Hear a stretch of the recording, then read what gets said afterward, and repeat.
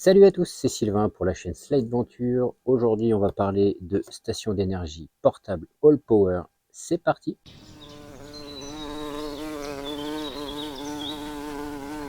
Alors, on se retrouve dans cette nouvelle vidéo pour parler de ce kit d'énergie portable, donc la station solaire All Power S300 et son panneau solaire pliable.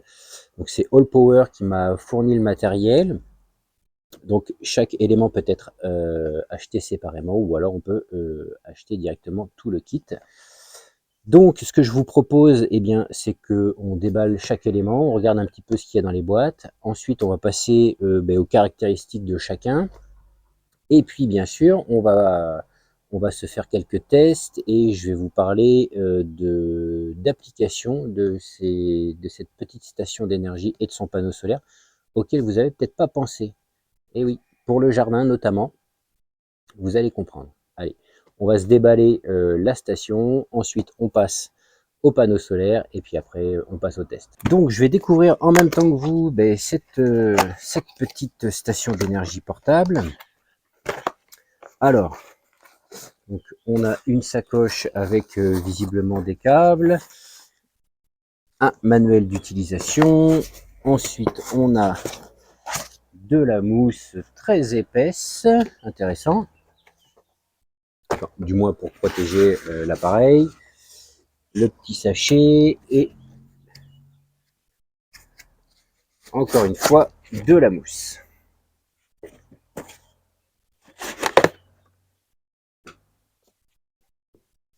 Donc voilà la petite station d'énergie, relativement compacte. On va passer aux caractéristiques après. Le manuel d'utilisation. Donc le manuel d'utilisation est au minimum en anglais, en chinois ou asiatique, je ne saurais vous dire. Ici en allemand, est-ce qu'on a du français quelque part? Ici en japonais, visiblement français, allemand, japonais et CN, donc chinois. Dommage, ça aurait été bien d'avoir du français. Dans la petite sacoche, qu'est-ce que nous avons? Donc on a visiblement un chargeur secteur.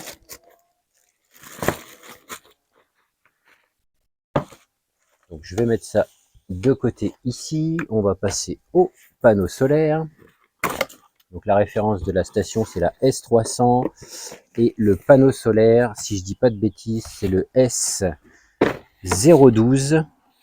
Donc qui est censé être un panneau solaire 100 watts.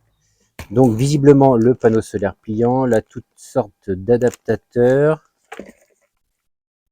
des petits mousquetons, je suppose, pour l'accrocher donc au nombre de 4. Ici un câble. Ici, qu'est-ce que nous avons? Un câble USB, micro USB. Et ici, encore un câble avec des pinces, probablement pour soit charger sur une batterie ou pour charger une batterie de voiture éventuellement, je ne sais pas, à vérifier. Et un petit manuel d'utilisation qui, je suppose, va être strictement dans les mêmes langues que la station. Effectivement, nous n'avons pas de français, mais on a de l'anglais. Donc, ce qu'on va faire, c'est qu'on va passer aux caractéristiques de la batterie. Donc, si on prend la boîte pour regarder un petit peu les caractéristiques, donc c'est une batterie au lithium-ion d'une capacité de 78 000 mAh en 3,7 volts, donc ce qui nous fait 288 Wh. Donc 3,7 volts, probablement, c'est une supposition, je ne sais rien, que ce sont des accus 18650 ou 21700 ou peut-être autre chose, mais dans ce genre-là parce que c'est en 3,7 volts. Le poids est de 3,4 kg. Dimension donc 206 par 165 de haut par 110. Et donc on peut lui soutirer 300 watts en continu, 500 watts en crête Et il y a donc une sortie courant continu 12 volts 5 ampères. Donc CarPort, je ne sais pas ce qu'ils entendent par CarPort, 12 volts 10 ampères, de l'USB 1, de l'USB 2, de l'USB 3, de l'USB-C en différents ampérages. De toute façon, je vous mettrai une capture de l'étiquette. Et en USB-C, on peut sortir jusque 100 watts. Donc le panneau c'est un panneau 12 volts 100 watts, donc pliant. Je vais décaler un petit peu tout ça pour faire de la place. Donc je vous avoue encore, hein, je découvre en même temps que vous. Donc je sais pas si tu le vois, mais c'est relativement balèze. Je vais vous donner les dimensions ensuite. Je sais pas si c'est écrit sur la boîte. Non, mais soit je vous les afficherai, je vais mesurer, je vais vous les afficher. Ici, on a une petite pochette où il n'y a rien dedans. Et ici, alors, je vais le replier pour être à peu près dans le cadre. Ici, donc, on a un petit boîtier qui nous permet de relier un câble. Un câble ici, on a deux USB ici, on a un USB-C ici. Et là, on a autre chose, donc, qu'il va falloir que je regarde avec la notice. Sur l'avant de la station d'énergie, donc on a deux prises 230 volts, on a visiblement ici deux éclairages, on a un bouton d'allumage, là on a un bouton DC, un bouton AC, je vais vérifier à quoi ça correspond, un petit écran de surveillance, sur ce côté on a un USB-C plus des USB classiques, et ici on a des sorties courant continu. De l'autre côté on a ce qui semble être ici une prise, si j'y arrive, de l'autre côté, oui, voilà, donc ici une prise allume-cigare, et ici ce sont les entrées pour le rechargement, donc très certainement soit le chargeur, le panneau solaire, ou éventuellement autre. Donc je vais vérifier ici le câble qui était fourni avec le panneau.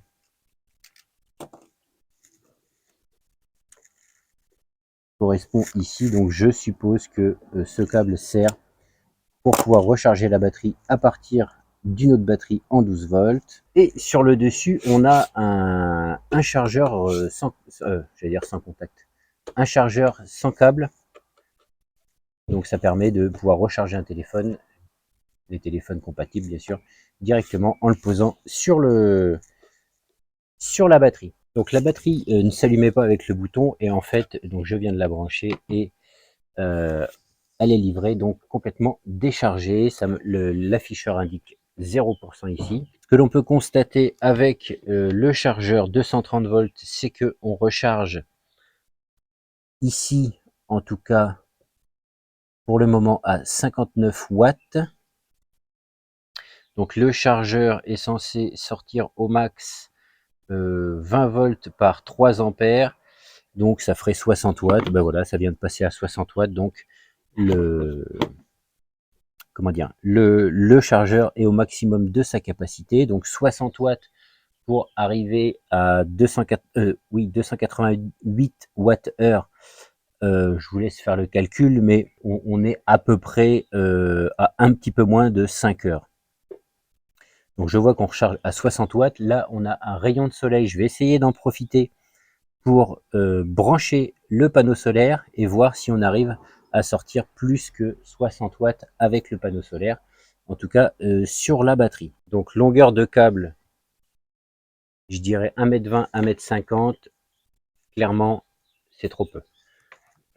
C'est vraiment trop peu. Je pense qu'on pourrait améliorer ça pour pouvoir déporter vraiment plus la batterie du panneau solaire. Ça serait un plus. Alors après, il est encore possible de le couper, de se faire une rallonge rapide, et ensuite, si on n'a pas besoin de cette longueur, eh bien de le refaire, ou alors de trouver éventuellement une rallonge compatible avec ces embouts là.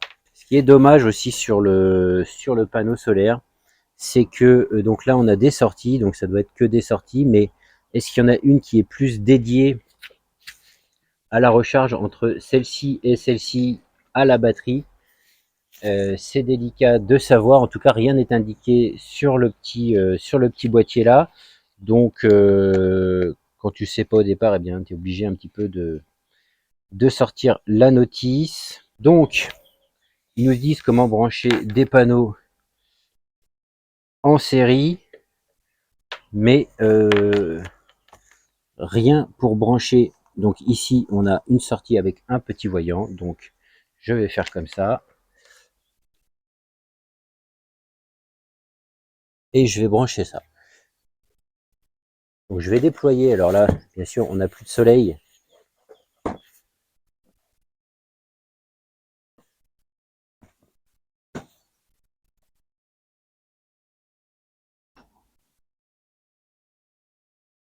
Alors, je ne sais pas si je suis dans le cadre, mais alors le panneau solaire est à l'ombre. Et on va voir s'il arrive à sortir quelque chose. Donc ici, 0 watts. Je vais aller me mettre au soleil. Donc j'ai installé le panneau solaire sur le toit de la voiture. Alors là, bien sûr, le temps s'est couvert. Là, ça n'indique plus que 14-15 watts. Mais juste avant que ça se couvre, j'étais monté également à 60 watts. Donc ce qui est pas mal, plutôt pas mal pour un panneau solaire, un petit panneau solaire comme ça, portable. Donc je vais me remettre à l'abri parce que maintenant, il commence à tomber des gouttes. Donc on va se remettre à l'abri et on va continuer les tests. Ok, donc je me suis remis à l'abri. J'ai rebranché la station d'énergie sur l'adaptateur secteur. Donc on est repassé de nouveau à 60 watts. Donc, alors tu n'as pas eu le temps de voir parce que ça a été vraiment très court et même pour moi ça a été très court. Le panneau posé à plat sur le capot de la voiture, enfin sur le toit de la voiture. Au soleil, on arrivait à recharger à 60 watts. Compte tenu du panneau, compte tenu de l'inclinaison plate, je trouve que c'est pas mal. Donc, bien sûr, je vais continuer des tests et puis dès qu'il va faire grand soleil, je vais essayer de mettre ça un peu mieux avec une meilleure inclinaison.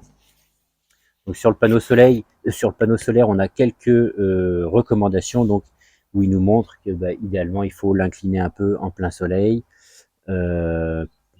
Voilà, qu'il ne faut pas le mettre sous la pluie, etc. Donc le panneau ne doit pas être étanche. Donc je vais laisser charger cette petite batterie. Je ne pourrais pas vous faire le test du rechargement du téléphone sans fil parce que j'ai pas de téléphone compatible. Je la laisse charger jusque 100%. On va voir combien de temps il faut pour la recharger. Donc je pense entre 4 et 5 heures, enfin 4 heures au minimum. Et puis ensuite, eh bien, on passera vraiment au test de puissance et voir un petit peu les sorties 230 volts, ce que ça donne, les sorties USB et USB-C, et puis on se fera un petit retour, une petite conclusion sur cette batterie. Ok, donc on va se faire quelques tests. La batterie est chargée, donc j'ai chargé principalement avec le chargeur secteur. J'ai refait des essais après au soleil. Alors je vous ai fait des photos tant bien que mal, où sur la photo on voit que le panneau solaire sortait 71 watts au mieux que j'ai eu, donc encore une fois à plat, pas bien incliné. Le mieux que j'avais eu, enfin que j'ai réussi à avoir, c'était 74 watts, donc ce qui est plutôt pas mal compte tenu de l'inclinaison, compte tenu des 100 watts annoncés, c'est plutôt correct. Donc pour rappel, la station d'énergie est censée pouvoir maintenir jusque 300 watts et 500 watts en crête. Donc j'ai sorti une scie sauteuse qui fait elle 500 watts. On va voir comment elle se comporte. J'ai sorti ma prise magique qui va mesurer les pics de puissance et également à l'inverse la plus petite puissance qui sera demandée. Donc je vais voir directement, comme ça on aura un visuel et on va voir si la station va supporter, on va dire, une impulsion ou pas. Et si elle va pouvoir maintenir, étant donné que je vais la faire tourner à vide, je ne vais pas couper un morceau de bois ou quelque chose. Donc j'ai branché, j'allume la batterie, je me mets sur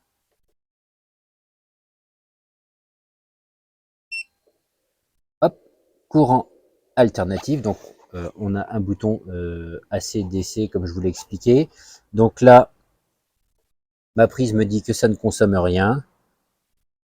Alors, je peux pas vous faire vraiment une vidéo parce que l'écran est trop peu éclairé.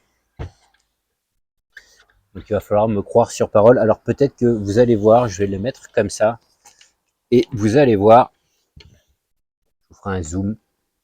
Je vais essayer de regarder en même temps.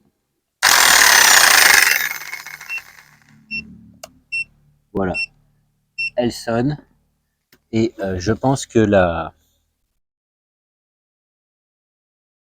ouais, la prise a rien eu le temps de relever que la batterie s'est mise en sécurité. Donc ce que je vais faire, je vais aller chercher une rallonge et on va se refaire le test. Comme ça, on va voir exactement combien la scie sauteuse a demandé à la batterie. Alors bien évidemment, une station de 300 watts, là je la pousse un petit peu dans ses retranchements, mais je voulais faire l'essai. C'est pas du tout l'utilisation qu'on va en avoir, il faudrait quelque chose de bien plus gros pour de l'électroportatif. Là, on est plutôt destiné à de la recharge de téléphone, tablette, ordinateur portable éventuellement, euh, petit éclairage LED, qu'est-ce qu'on pourrait dire, enfin des choses comme ça qui vont pas être demandeurs. Et puis en plus, peut-être que la machine demande un courant d'appel, je ne sais pas, mais on va le savoir avec la rallonge.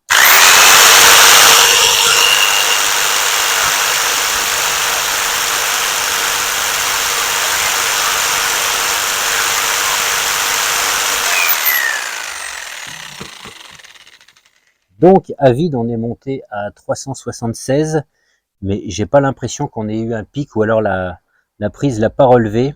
Donc au plus bas 369 et au plus haut, ah non, 372,6. 372,6, donc la machine elle n'a pas aimé. Donc, on va faire un second test avec un appareil qui consomme normalement 300 watts, mais que du coup on va tester juste avant. Je vais reset la prise. Voilà, et on va se faire un autre essai. Alors, je suis allé chercher un chauffage d'aquarium, donc... Alors, tu penses bien qu'il faut le mettre dans l'eau. Là, je vais juste le brancher très rapidement sur la table pour voir combien il consomme. Donc, je l'ai réglé à fond pour être sûr qu'il déclenche, enfin que le thermostat déclenche. On va pas le laisser longtemps, hein.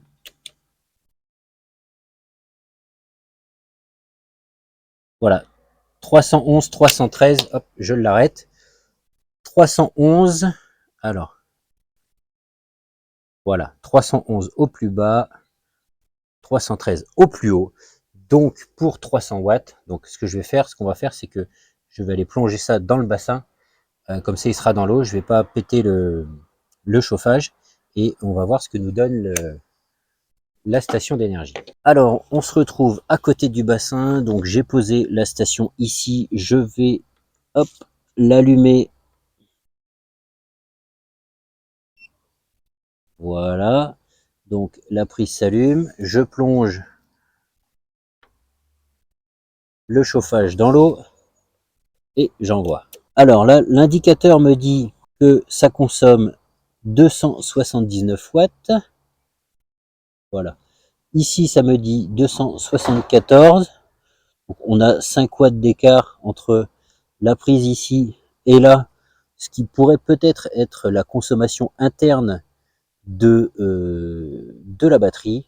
Donc ce que je vous propose, c'est qu'on le laisse fonctionner quelques temps et puis qu'on voit le niveau de décharge. Je vais mettre un chronomètre et on se retrouve après 10 minutes à peu près. Ok, donc on arrive aux 10 minutes. Voilà, 10,03. Donc je débranche le chauffage. On va regarder le niveau de batterie. Je vais te faire un zoom si tu veux sur le truc. Je ne sais pas si tu vois ou alors je me rapproche. Voilà, donc ça a fonctionné pendant 10 minutes 08. Donc au plus bas, hop, 268 watts, au plus haut 371, 311 pardon, et on va regarder le niveau de batterie. Alors, tu vas rien voir. Donc, clairement, le rétroéclairage, c'est pas top. Enfin, là, on est en plein soleil, mais on a mangé 25% de la batterie en 10 minutes. Là, on est à 75%. Il faudrait que j'arrive. Peut-être qu'au montage, je pourrais éclairer un peu mieux cette zone. Je suis en plein soleil, je vois pas trop si vous voyez. Donc 75%, ça nous fait 25% de la batterie en 10 minutes. La batterie faisant donc 288 Wh, ça veut dire que à 270 watts, on aurait tenu normalement 1 heure. Là, visiblement, on aurait tenu 40 minutes. Donc on n'est pas à 290 ou 288 Wh. Voilà, donc je pense que je l'ai poussé au maximum en termes de tests. Je vais continuer les tests bien sûr avec des trucs beaucoup plus raisonnables, charge de téléphone, charge de caméra, tablette, petite consommation comme ça, pour voir ce que ça donne. Pour en revenir au calcul du test du chauffage dans le bassin, donc j'ai constaté ici une consommation donc 5 watts supérieure à ça. Donc est-ce que c'est un défaut de mesure de l'un ou de l'autre? Peut-être, de 5 watts. Est-ce que ces fameux 5 watts, c'est la consommation interne, ce qui serait probable de l'appareil? Donc, comme je te l'ai dit, tu vois, on est tombé à 25% en 10 minutes d'utilisation. Donc, ça nous ferait 40 minutes d'autonomie à 270 watts. Même si on rajoutait ces 5 watts, on ferait 275 watts à 40 minutes. Donc, on est loin quand même de la fiche technique de l'appareil. L'appareil était à 100%. Donc il faudrait faire le calcul exact, je vais vous le faire et je vais l'afficher, je ne vais pas vous le faire de tête, mais on n'est pas à 288 Wh ou on est à 288 Wh et la machine nous donne une marge de sécurité, enfin crée sa propre marge de sécurité pour ne pas faire tomber la batterie à 0% complètement. Donc c'est fort probable. Donc je vais continuer mes tests d'utilisation. Donc là, vous l'entendez peut-être pas, mais il y a un petit ventilateur qui se met en service dès l'instant qu'on choisit, donc si on veut du courant alternatif ou continu. Donc ici, on a les petites lampes qui permettent d'éclairer. Donc très intéressant, par exemple, dans un cas où tu aurais ça dans ta bagnole, et que tu tombes en panne la nuit, il faut changer une roue, bah, tu sors ton truc, tu peux allumer, tu peux éventuellement te brancher le petit compresseur qui se branche normalement sur l'allume-cigare juste à côté de ta roue, comme ça tout est à proximité. Ça peut être relativement pratique. Donc ce que je vous propose, je continue les tests de cet appareil-là. Et puis on se retrouve donc pour vous tout de suite, et puis pour moi dans certainement quelques jours, pour vous donner mon retour sur ce produit, vous dire ce que j'en pense, vous dire les utilisations auxquelles j'ai pensé, qui sont peut-être parfois pas mentionnées dans les vidéos de présentation de ce genre de produit.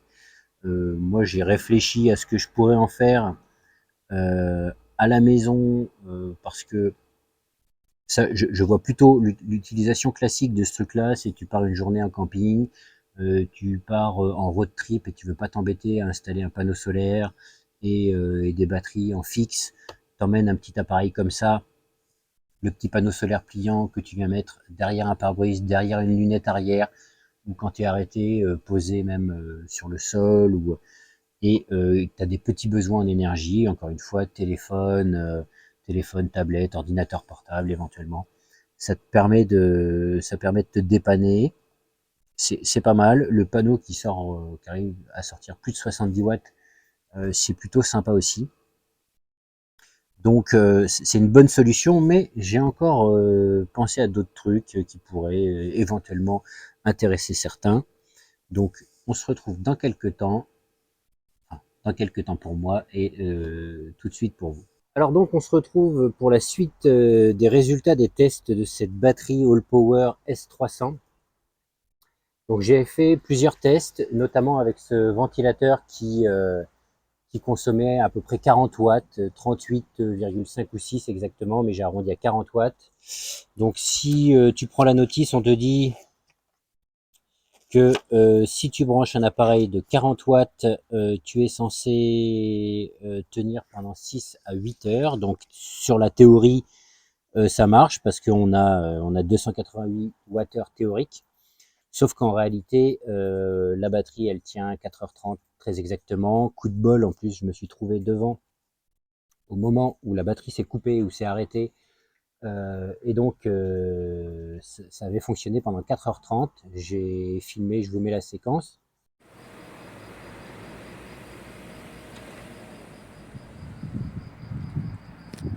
Ah, parfait. Donc 4h30, la batterie vient de s'arrêter. Alors là, c'est vraiment le hasard. Je me trouvais devant pour faire une séquence et donc tout vient de s'arrêter. Donc 4h30, je ne sais pas si tu as eu le temps de voir, 38 watts consommés. Donc fais le calcul, mais on est loin des 288 Wh sur le papier. Donc 4h30 en arrondissant au plus haut en plus, donc 40 watts. Je retombe toujours sur mes 180 Wh. Donc au départ, je me suis dit, bon, ma station a un problème, il y a quelque chose. Donc j'ai contacté Allpower, je leur ai expliqué. On a eu quelques échanges et le résultat de l'échange, hein, pour simplifier, c'est normal. D'accord. Donc c'est normal. Cependant, donc les durées d'autonomie, disons, en fonction des puissances indiquées, sont clairement inexactes. Là, je suis enfin en train de faire un nouveau test. Donc, pourquoi donc j'ai déchargé complètement la batterie et là, elle est en train de se charger. Et donc, ça fait 3 minutes 40 maintenant. Donc, la prise me compte. Je vais t'expliquer pourquoi. Donc on me dit c'est normal, il y a un taux de conversion, on me donne des formules savantes pour m'expliquer, bon bref. Et je me suis dit je vais l'ouvrir, je vais bien, si c'est assez facile, je vais voir si j'ai accès rapidement aux cellules, à la partie batterie, bon, je vais voir. Donc je te mets la séquence, j'ai commencé à démonter. La seule chose c'est que on n'accède pas facilement aux cellules.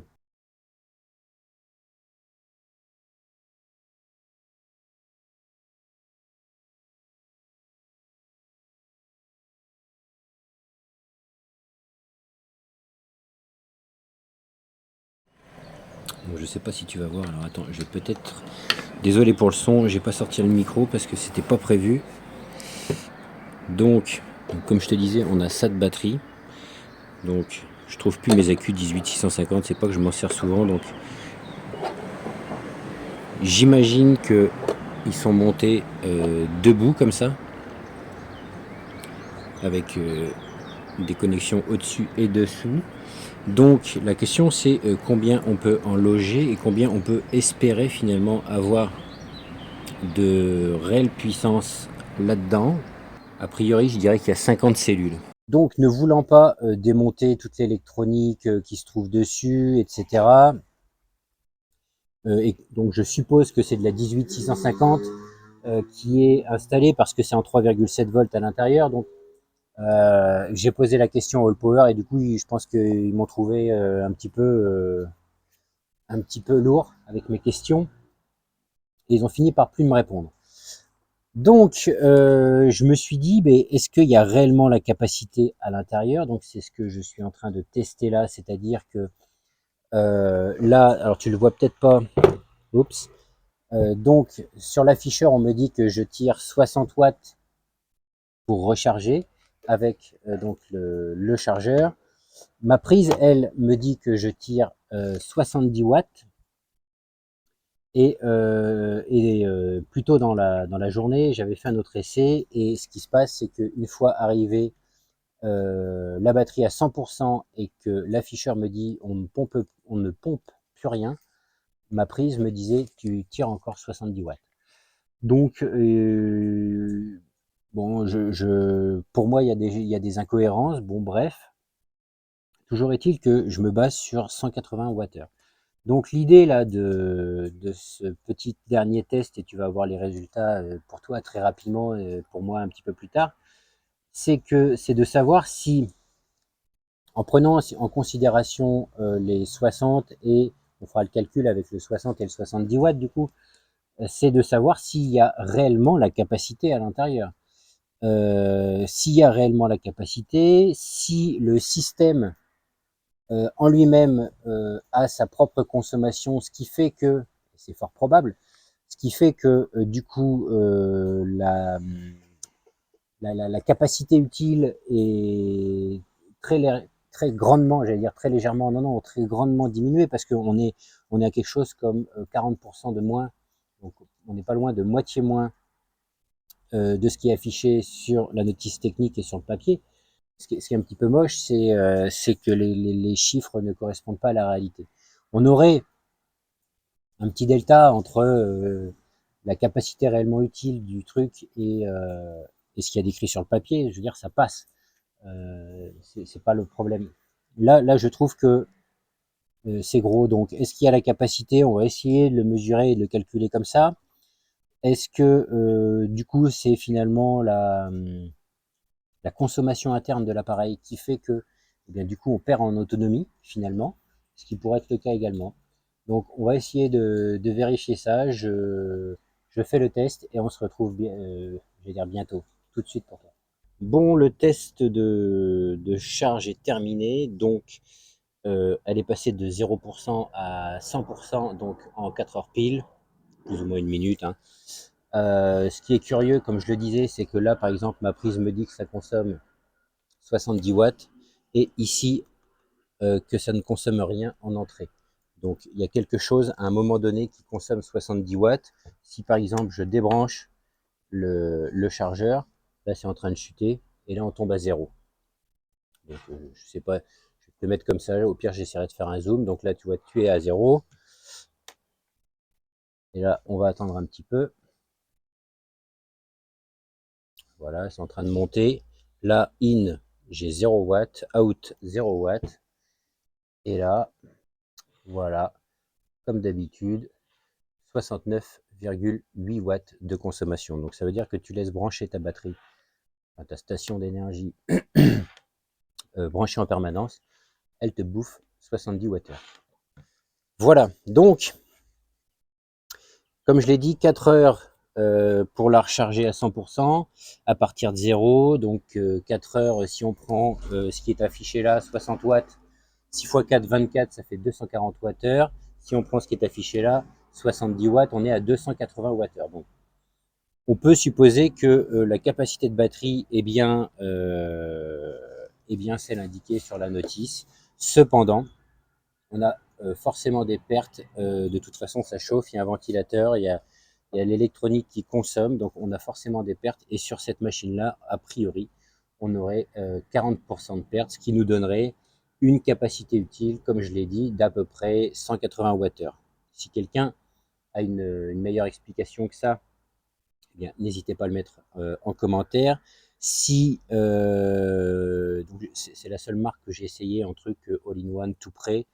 Donc si les autres marques du secteur c'est la même problématique, et ben c'est pareil, n'hésitez pas à le préciser en commentaire si vous avez fait des essais, si vous êtes équipé, n'hésitez pas.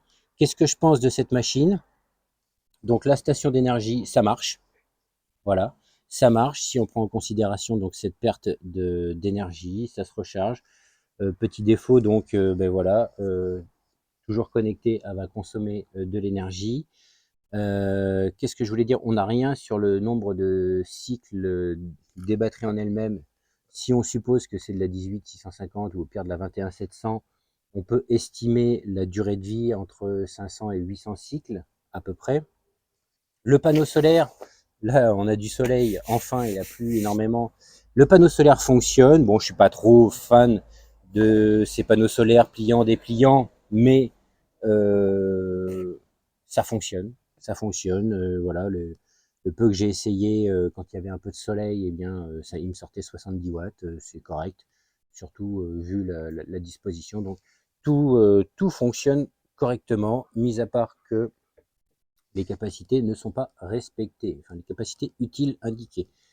Voilà, si ça vous intéresse, je vous mets des liens de tout ça en description, vous irez voir, vous ferez votre propre idée en fonction des caractéristiques.